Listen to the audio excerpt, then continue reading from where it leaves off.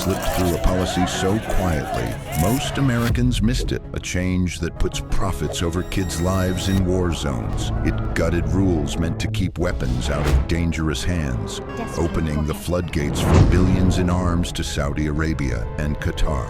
A tiny tweak in a government paper, and now places around the world could pay in blood. Imagine you're an analyst. It's Monday morning, scanning through some documents, and business as usual. Until Sarah, your colleague, bursts in. Trump rewrote the arms rules, she says. It's bad, really bad. Biden's rules are gone, replaced with something new. Your gut twists. What has Trump done? You decide to dig into the history of the U.S. conventional arms transfer policy to figure out what's changed. This policy has controlled how America sells weapons since 1977. Under President Carter, it was all about restraint. Arms sales were limited, with annual sales around $10 billion.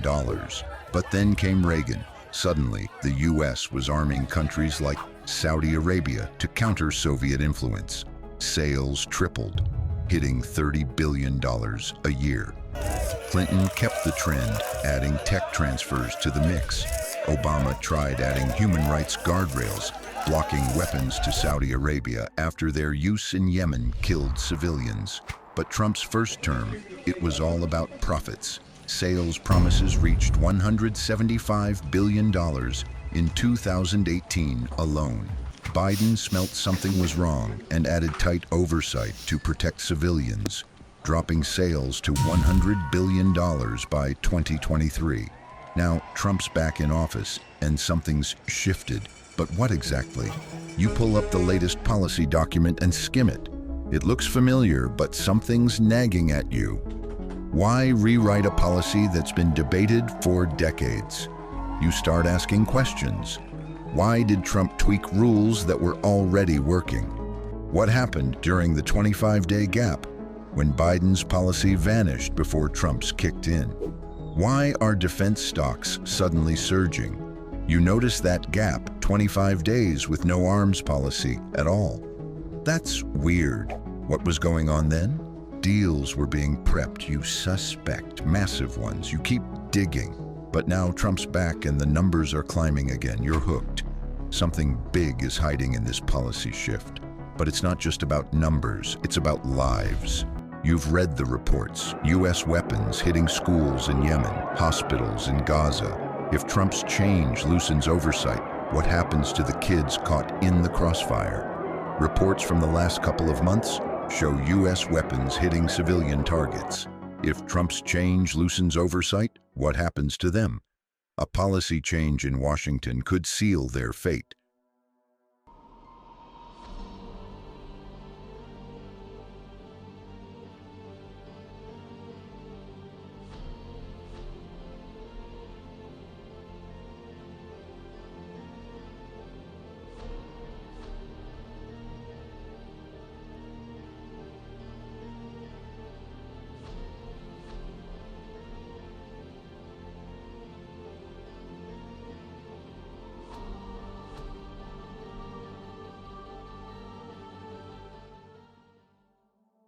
For trace policy's evolution. Then you spot it. A $12 billion deal to Israel approved in just 30 days under Trump's new rules. That's fast, too fast. What changed to make it so easy? You dig deeper. In March 2025, the Trump administration used emergency powers to approve over 35,500 bombs and 4,000 Predator warheads to Israel, totaling nearly $3 billion. No congressional review, no debate, just approved. But then you see Syria. Trump lifted sanctions despite Israel's pleas to wait. Why? Contractors were ready to cash in on rebuilding. And that $12 billion Israel deal? It's one of the sales that sailed through. You recall the 25-day gap. During that time, deals were prepped. $142 billion to Saudi Arabia, $1.9 billion to Qatar. When Trump's rules kicked in, they flew through.